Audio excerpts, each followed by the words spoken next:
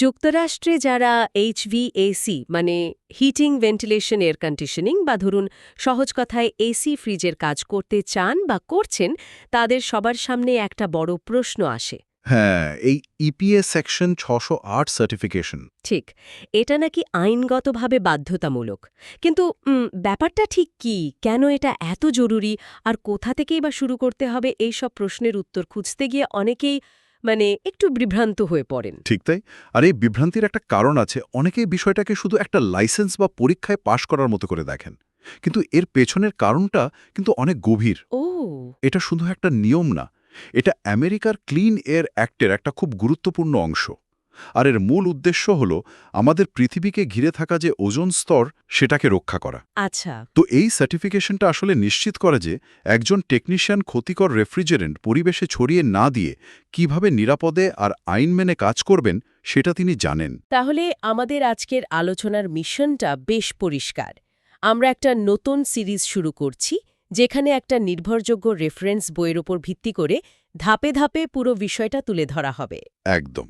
আমাদের লক্ষ্য হল একজন সাধারণ মানুষ যেন কোনো শর্টকাট বা ভুল তথ্যের পেছনে না ছুটে একজন সার্টিফাইড টেকনিশিয়ান হওয়ার একটা সম্পূর্ণ এবং নির্ভরযোগ্য রোডম্যাপ খুঁজে পায়। ঠিক।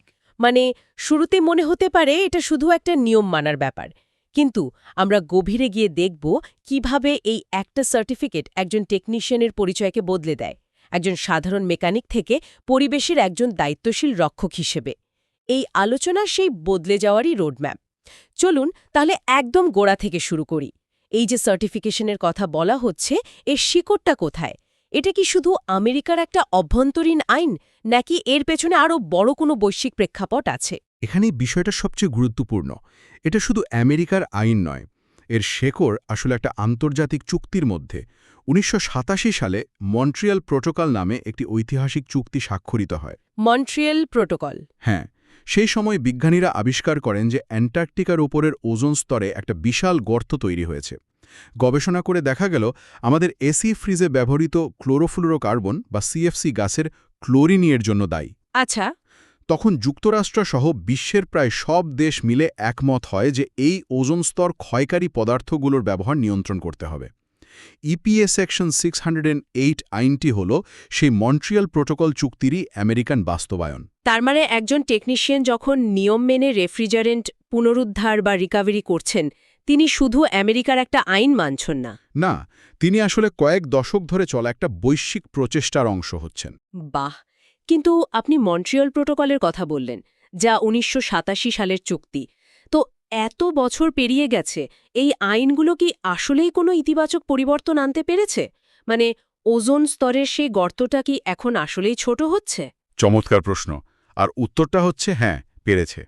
ন্যাসা এবং অন্যান্য আন্তর্জাতিক সংস্থার গবেষণা বলছে মন্ট্রিয়াল প্রোটোকল মানব ইতিহাসের অন্যতম সফল আন্তর্জাতিক চুক্তি। তাই নাকি? হ্যাঁ, এই চুক্তির ফলে ওজোন ক্ষয়কারী গ্যাসের ব্যবহার প্রায় ৯৯% কমে গেছে এবং বিজ্ঞানীরা আশা করছেন যে এই শতাব্দীর মাঝামাঝি সময়ের মধ্যে ওজোন স্তর পুরোপুরি আগের অবস্থায় ফিরে আসবে। দারুণ খবর তো। তো একজন টেকনিশিয়ানের কাজ এখানে সরাসরি ইতিবাচক প্রভাব ফেলছে। ইচ্ছাকৃতভাবে রেফ্রিজারেন্ট বাতাসে ছেড়ে দেওয়া বা ভেন্ট করা শুধু নিয়ম লঙ্ঘন নয়, এটি একটি ফেডারেল অপরাধ। অপরাধ? বিষয়টা তাহলে বেশ গুরুতর। খুবই গুরুতর। ক্লিন এয়ার অ্যাক্ট অনুযায়ী ইপিএ বা এনভায়রনমেন্টাল প্রোটেকশন এজেন্সি এই নিয়ম লঙ্ঘনের জন্য প্রতিদিন $৪৪,০০০ পর্যন্ত জরিমানা করতে পারে। বলেন কি, একদিনের জন্য? হ্যাঁ, শুধু তাই নয়, বিষয়টা আরও আকর্ষণীয়। যদি কেউ এই নিয়ম ভাঙার তথ্য দেয় এবং তার ভিত্তিতে কাউকে দোষী সাব্যস্ত করা হয়, তাহলে ইপিএ তথ্যদাতাকে $১০,০০০ পর্যন্ত পুরস্কারও দিয়ে থাকে। $১০,০০০ পুরস্কার? তার মানে নিয়ম ভাঙাটাকে কর্তৃপক্ষ এতটাই গুরুত্বের সাথে দেখে যে তারা এর জন্য পুরস্কার ঘোষণা করেছে। এটা তো অনেকটা পুরনো ওয়েস্টার্ন সিনেমার ওয়ান্টেড পোস্টারের মতো লাগছে। একদম। বোঝা যাচ্ছে এটা কোনো সাধারণ নিয়ম নয়, কারণ এর পেছনের বিজ্ঞানটা ভয়াবহ। বিজ্ঞানীরা, বিশেষ করে রল্যান্ড এবং মলিনা, তাদের তথ্যে যা দেখিয়েছিলেন তা হল এই ক্লোরিনযুক্ত রেফ্রিজারেন্টগুলো যখন বাতাসে ছাড়া হয় তখন সেগুলো ভাঙে না, কারণ এগুলো খুব স্থিতিশীল। আচ্ছা। এগুলো সোজা বায়ুমণ্ডলের স্ট্র্যাটোস্ফিয়ারে পৌঁছে যায়, যা ভূপৃষ্ঠ থেকে প্রায় ৯ থেকে ৩১ মাইল উপরে। সেখানে সূর্যের প্রচণ্ড অতিবেগুনি রশ্মির আঘাতে এই রেফ্রিজারেন্টের অণু ভেঙে যায় এবং ক্লোরিন পরমাণু মুক্ত হয়ে পড়ে। আর সেখানেই আসল বিপত্তিটা ঘটে, তাই তো? ঠিক, ব্যাপারটা একটা দুষ্ট চক্রের মতো। ওই মুক্ত ক্লোরিন পরমাণুটি তখন একটি ওজোন অণুকে মানে O3-কে আক্রমণ করে তার থেকে একটি অক্সিজেন পরমাণু কেড়ে নেয়। এতে ওজোন অণু ভেঙে সাধারণ অক্সিজেনে মানে O2-তে পরিণত হয়। কিন্তু গল্প এখানেই শেষ নয়।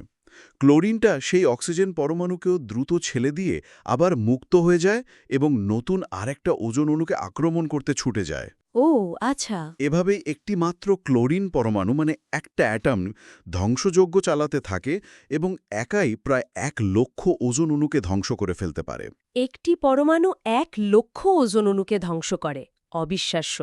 তাহলে বিষয়টা দাঁড়াচ্ছে এই আইনের শেকড় শুধু আমেরিকায় নয়, বরং বিশ্বজুড়ে হওয়া একটা চুক্তির মধ্যে। এটা জানার পর তো সার্টিফিকেশনের গুরুত্বটা একদম অন্য মাত্রায় চলে যায়। ঠিক। এখন এই বিশাল প্রেক্ষাপটটা মাথায় রেখে একজন নতুন মানুষ যখন প্রস্তুতি শুরু করবে, তার জন্য এই সিরিজের রোড ম্যাপটা কী হবে, কোন বেসিক জ্ঞানটা ছাড়া এগোনোই যাবে না। আমরা পুরো বিষয়টাকে কয়েকটি যৌক্তিক ধাপে সাজিয়েছি। আমাদের সিরিজের প্রথম পর্বে আমরা আলোচনা করব একদম ভিত্তি নিয়ে, ওজোন স্তর আসলে কি, বায়ুমণ্ডলের কোন স্তরে এটা থাকে এবং কেন একে পৃথিবীর জন্য এক প্রাকৃতিক সানস্ক্রিন বলা হয়। ইন্টারেস্টিং। টেকনিক্যাল বিষয়গুলো জানার আগে আমরা যেটাকে রক্ষা করতে চাইছি সেটাকে ভালোভাবে চেনাটা জরুরি। চমৎকার। অর্থাৎ প্রথমে আমরা জানব কাকে রক্ষা করতে হবে, এরপর নিশ্চয়ই জানব কি থেকে রক্ষা করতে হবে, মানে সেই ক্ষতিকর রেফ্রিজারেন্টগুলো সম্পর্কে। একদম। দ্বিতীয় ধাপে আমরা রেফ্রিজারেন্টের প্রকারভেদ নিয়ে কথা বলবো। সব রেফ্রিজারেন্ট এক নয়। আমরা সিএফসি, এইচসিএফসি, এইচএফসি এবং এইচএফওর মধ্যে পার্থক্য তুলে ধরব। আচ্ছা। এখানে একটা সহজ উপমা ব্যবহার করা যেতে পারে। ভাবুন, সিএফসি হলো একটা কাঁচের বোতলের মতো যা সহজে ভাঙে না। এটাকে বাতাসে ছেড়ে দিলে এটা অক্ষত অবস্থায় সোজা স্ট্র্যাটোস্ফিয়ারে পৌঁছে যায় আর ওজোন ধ্বংস করে। আর এইচসিএফসি হলো একটা কাগজের কাপের মতো। কাগজের কাপ? হ্যাঁ, এতে হাইড্রোজেন থাকায় এটা কিছুটা দুর্বল, তাই বায়ুমণ্ডলের নিচের দিকেই ভেঙে যাওয়ার সম্ভাবনা বেশি। ক্ষতি দুটোই করে, কিন্তু কাগজের কাপের ক্ষতি কাঁচের বোতলের চেয়ে অনেক কম। বাহ, দারুণ উপমা। এই পর্বে আমরা পরীক্ষার জন্য খুব গুরুত্বপূর্ণ দুটো শব্দ ওডিপি বা ওজোন ডেপ্লিশন পোটেনশিয়াল এবং জিডব্লিউপি বা গ্লোবাল ওয়ার্মিং পোটেনশিয়ালের ধারণা পরিষ্কার করব। অর্থাৎ শুধু পরিবেশের ক্ষতি হয় বললেই হবে না, ক্ষতির ধরন আর মাত্রাটা বুঝতে হবে। ওডিপি দিয়ে ওজোনের ক্ষতি আর জিডব্লিউপি দিয়ে গ্লোবাল ওয়ার্মিংয়ের প্রভাব, এই দুটো বিষয় তাহলে টেকনিশিয়ানদের জন্য একেবারে কোর কনসেপ্ট। একদম। আচ্ছা, এই কেমিক্যালগুলো বোঝার পর সার্টিফিকেশনের দিকে কিভাবে এগোতে হবে? ঠিক এখানেই আমাদের সিরিজের তৃতীয় এবং চতুর্থ ধাপটি আসে। তৃতীয় ধাপে আমরা আইনটা ভালো করে বুঝব, ক্লিন এয়ার অ্যাক্ট এবং ইপি এর ভূমিকা কী, আর চতুর্থ ধাপে আমরা সার্টিফিকেশনের বিভিন্ন ধরন নিয়ে আলোচনা করব। ও আচ্ছা, সার্টিফিকেশনেরও ধরন আছে? হ্যাঁ, কারণ কাজের উপর ভিত্তি করে সার্টিফিকেশনও ভিন্ন হয়। টাইপ 1 হল ছোট অ্যাপ্লায়েন্সের জন্য, যেগুলোতে 5 পাউন্ড বা তার কম রেফ্রিজারেন্ট থাকে, যেমন বাড়ির ফ্রিজ বা জানালার এসি। আচ্ছা। টাইপ 2 হল মাঝারি ও উচ্চ চাপে সিস্টেমের জন্য, যা কমার্শিয়াল রেফ্রিজারেশন বা রেসিডেন্সিয়াল সেন্ট্রাল এসি সিস্টেমে ব্যবহৃত হয়। আর টাইপ 3 হল নিম্ন চাপে সিস্টেম, যেমন বড় বিল্ডিংয়ের চিলার মেশিনের জন্য। আর অনেকেই তো ইউনিভার্সাল সার্টিফিকেশনের কথা বলেন, সেটা কি? যদি কোনো টেকনিশিয়ানের টাইপ 1, 2 এবং 3 এই 3টি সার্টিফিকেশনই থাকে, তাহলে তাকে ইউনিভার্সাল সার্টিফিকেশন দেওয়া হয়। এর মানে তিনি সব ধরনের অ্যাপ্লায়েন্স নিয়ে কাজ করার যোগ্য। আমাদের সিরিজে আমরা পরিষ্কার করে দেব কার জন্য কোনটা প্রয়োজন। আমি একবার একজন অভিজ্ঞ টেকনিশিয়ানের সাথে কথা বলছিলাম, যিনি সার্টিফাইড ছিলেন না। তিনি বলছিলেন, আমি তো 30 বছর ধরে কাজ করছি, আমার চেয়ে ভালো কে জানে। এটা তো অনেকেই বলেন। সিএফসি এর ওডিপি এর পার্থক্যটা বোঝালাম। তিনি বুঝতে পারলেন যে তার অভিজ্ঞতা একটা যন্ত্রকে ঠান্ডা করার জন্য যথেষ্ট হলেও পরিবেশকে সুরক্ষিত রাখার জন্য যথেষ্ট নয়।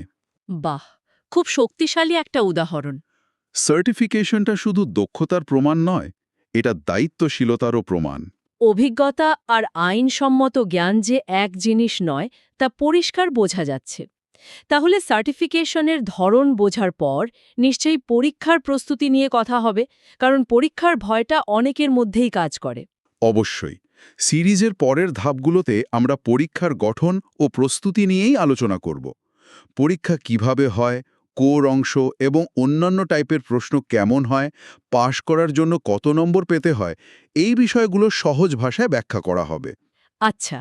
এরপর আমরা একদম প্রায়োগিক বিষয়গুলো তুলে ধরব, যেমন কিভাবে পরীক্ষার জন্য রেজিস্ট্রেশন করতে হয়, ইপিএ অনুমোদিত টেস্টিং প্রতিষ্ঠান কোনগুলো, সার্টিফিকেট পাওয়ার পর কি করতে হবে, এমনকি সার্টিফিকেট কার্ড হারিয়ে গেলে কি করণীয়, সব কিছুই থাকবে। তার মানে একদম শুরু থেকে শেষ পর্যন্ত পুরো যাত্রার একটা পরিষ্কার চিত্র পাওয়া যাবে। তাহলে এই আলোচনাটি কাদের সবচেয়ে বেশি কাজে লাগবে? যারা একদম নতুন তাদের জন্য, নাকি যারা ইতিমধ্যে কাজ করছেন কিন্তু সার্টিফিকেশন নেই তাদের জন্য? এটি আসলে উভয়ের জন্যই ডিজাইন করা। যারা নতুন করে এই ক্ষেত্রে প্রবেশ করতে চাইছেন, তাদের জন্য এটি একটি সম্পূর্ণ গাইডলাইন। তারা শুরু থেকে শেষ পর্যন্ত সব কিছু ধাপে ধাপে জানতে পারবেন। আর যারা পুরনো? আর যারা অভিজ্ঞ কিন্তু সার্টিফিকেশন নেই বা বিষয়টি নিয়ে আরও পরিষ্কার ধারণা চান, তাদের জ্ঞান ঝালিয়ে নিতে এবং আইনগত দিকগুলো বুঝতে এটি সাহায্য করবে। আমাদের মূল উদ্দেশ্য হল বিভ্রান্তি দূর করে প্রত্যেককে একটি নির্ভরযোগ্য পথে আত্মবিশ্বাসের সাথে সামনে এগোতে সাহায্য করা। তার মানে এই সিরিজটি শেষ পর্যন্ত অনুসরণ করলে ইপিএ সেকশন 608 সার্টিফিকেশন নিয়ে আর কোনো ধোঁয়াশা থাকবে না, বরং একটা পরিষ্কার ধারণা তৈরি হবে। তাহলে পরের পর্বে আমাদের আলোচনার শুরুটা ঠিক কি দিয়ে হচ্ছে? পরের পর্বে আমরা একদম প্রথম ধাপে ফিরে যাব, যা আমরা একটু আগে বললাম। আলোচনা করব ওজোন স্তর আসলে কি এবং কেন একটি সাধারণ এসি বা ফ্রিজের রেফ্রিজারেন্ট পৃথিবীর এই সুরক্ষা কবচের জন্য এত বড় হুমকি হয়ে দাঁড়াতে পারে। আচ্ছা। আমরা দেখব কিভাবে সিএফসি এবং এইচসিএফসির মতো রাসায়নিক পদার্থগুলো বায়ুমণ্ডলে ক্লোরিনের মাত্রা প্রাকৃতিক উৎসের তুলনায় অনেক বেশি বাড়িয়ে দিয়েছে। টেকনিক্যাল কাজগুলো ভালোভাবে বোঝার জন্য এর পেছনের বিজ্ঞান এবং আইনটা বোঝা সবচেয়ে জরুরি। চমৎকার। তাহলে এই আলোচনা শেষে শ্রোতাদের জন্য একটি চিন্তার খোরাক রেখে যাওয়া যাক। ভাবার বিষয় হলো, একজন এইচভিএসি টেকনিশিয়ানের কাজ কি কেবল একটি যন্ত্র ঠিক করা, নাকি পৃথিবীর জলবায়ু রক্ষার মতো একটি বৈশ্বিক দায়িত্বের অংশীদার হওয়া? ঠিক। এই সার্টিফিকেশন প্রক্রিয়াটি কিভাবে একজন টেকনিশিয়ানের পেশাগত দৃষ্টিভঙ্গি বদলে দিতে পারে এবং তাকে শুধু একজন মেকানিক থেকে পরিবেশের একজন রক্ষকে পরিণত করতে পারে? এই প্রশ্নটা নিয়ে ভাবতে থাকুন। দেখা হবে পরের পর্বে।